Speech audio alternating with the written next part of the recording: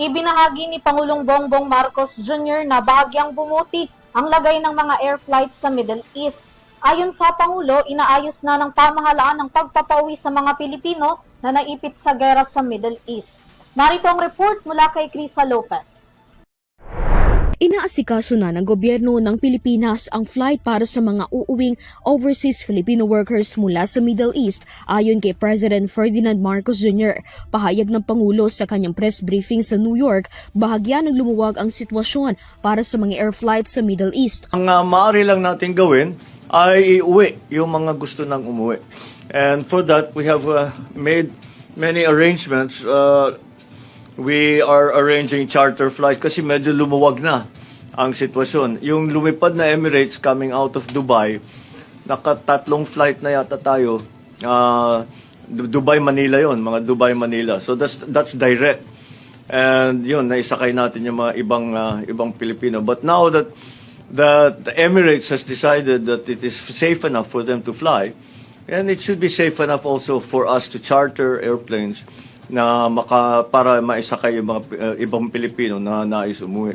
Posible anyang dalawang flight ang asikasuhin ng gobyerno, isa para sa mga OFW na nasa Riyadh at isa para sa Fujairah.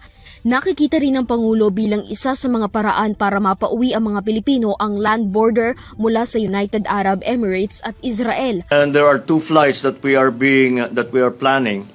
One is out of Riyadh, para sa mga nasa Saudi, sa Qatar, Kuwait, and Bahrain.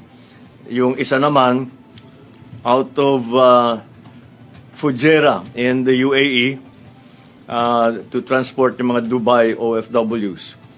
Iniutos ni Pangulong Marcos na magpasama ng mga opisyal mula sa Civil Aviation Authority of the Philippines o CAAP at si Migrant Worker Secretary Hans Leo Cacdac para suriin ang kaligtasan ng mga Pilipino at maging ng kasalukuyang sitwasyon sa gitnang silangan. Samantala, plano nang ideklara ni Pangulong Marcos bilang urgent ang hiling niyang emergency power sa Kongreso. Partikular ang special power na bawasan o suspendihin pansamantala ang excise tax sa produkto ng langis. Actually, I will declare it as urgent because there's no point declaring it as urgent before the committee report has been completed. And that is what I told them, both houses. And I said, the minute that you have completed your committee reports, because when you declare a bill as urgent, the shortcuts, if you say, only begin on the plenary debates. Noong Martes, inaprubahan na ng Kamara ang hiling ni Pangulong Marcos kasunod ng pagpapatupad ng big-time price increase sa mga produkto ng petrolyo kahapon. Para sa Euro TV News, Crisa Lopez, sumasaludo sa bawat Pilipino.